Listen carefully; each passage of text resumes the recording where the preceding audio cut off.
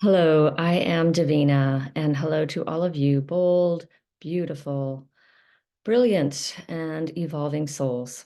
Today's topic is The Truth Shall Set You Free.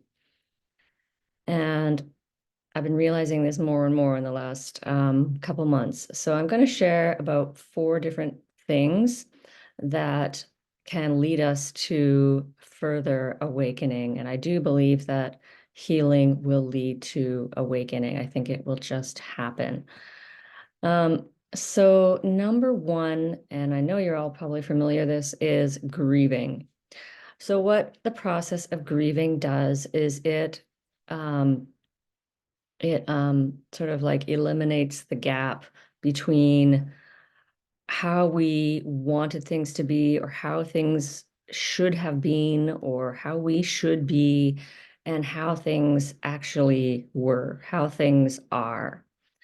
And so it allows us to grieve, the fantasy of what we thought our childhood was, of who we thought we were, and of course so much more. There's so much to grieve. We held on to those shoulds, we held on to that denial, we held on to that fantasy to get through a really, really, really bad situation. And so shedding that denial is how we start to, of course, come closer to the truth, right? The truth of the abuse that we faced, the truth of the impact that had on us, the truth of, um, where our lives are now and the healing we have to do. And there's just so many like truths that come out of that. And it's painful to face a lot of these truths. So, um, yeah, so that's what I wanted to share for number one.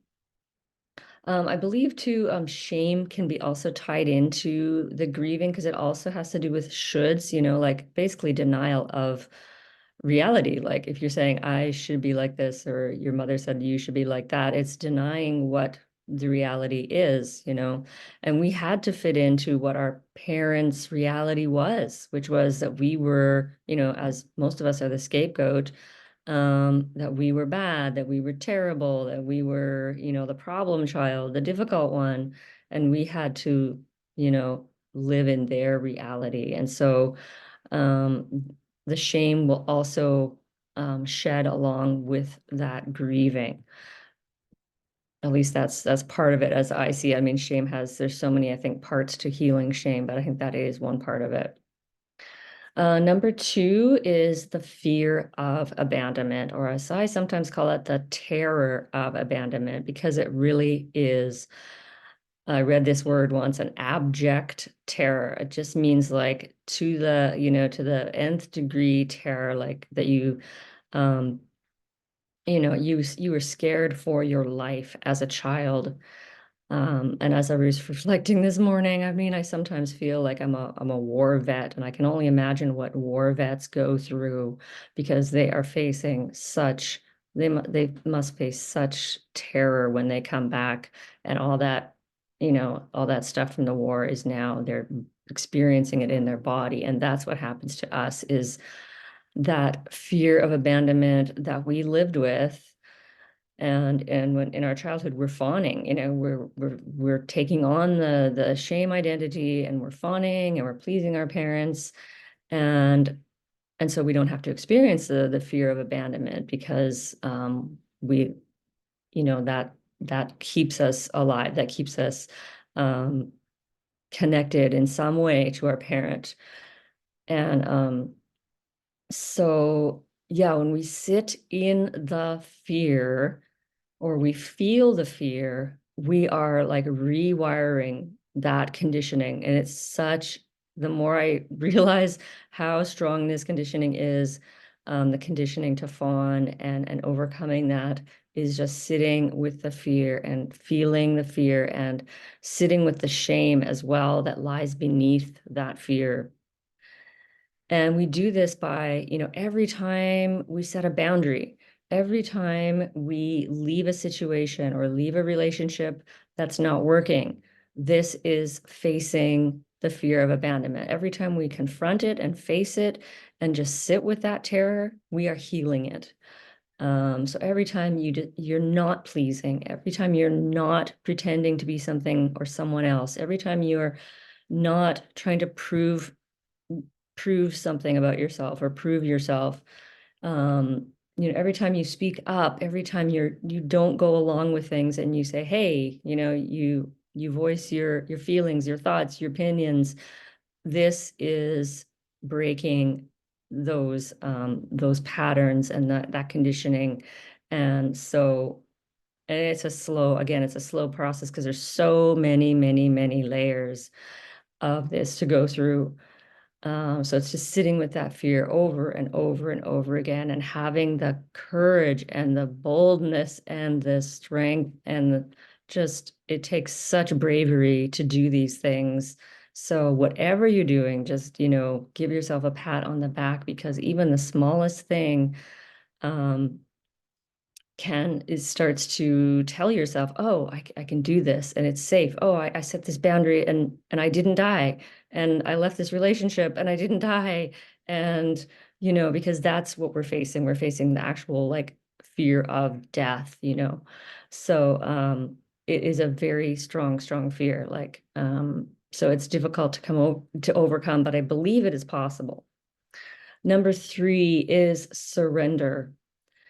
And this is kind of tied in with the fear of abandonment. It's about what I believe surrender is standing in your integrity, in your wholeness, in who you are, that you are perfect, whole, and complete, and you have certain values and you have needs, and this is who you are. And when you stand in that, and when you let go of outcomes, then again, you are facing that fear, and you're letting go and just allowing your life to flow rather than trying to control things. And as fawners, we're often trying to control things. We're trying to, not, of course, not consciously, but we're trying to control like what others think about us, right? That's kind of the main thing. What we did as a children to survive was to control what our parents thought of us. We wanted their approval, we wanted their acceptance, we wanted some sort of quasi love or whatever care that they were giving us, that anything breadcrumbs we could get.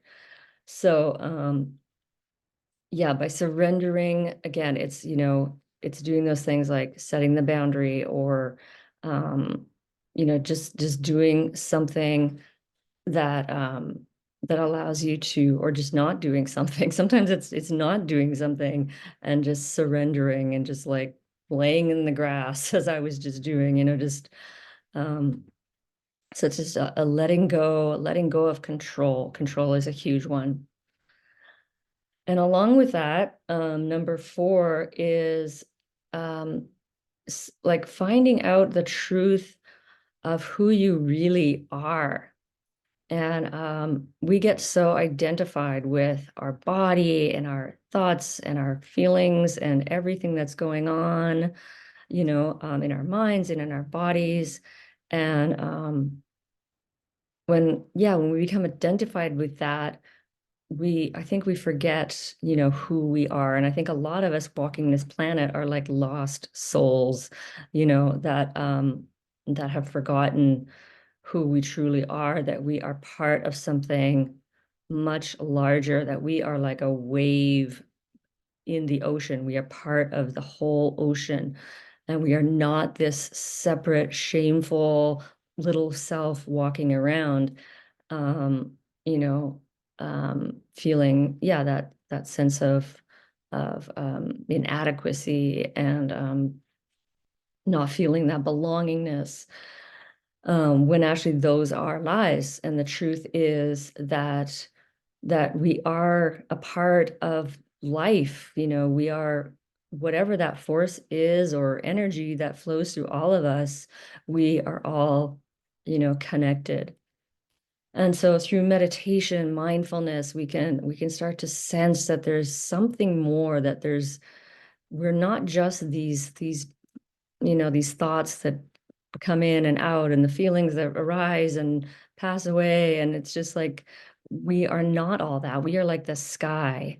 And the thoughts are like the clouds rolling by, and the emotions are like the storms and the tsunamis and the blizzards and the tornadoes that go through us, and we're still there. We're the sky.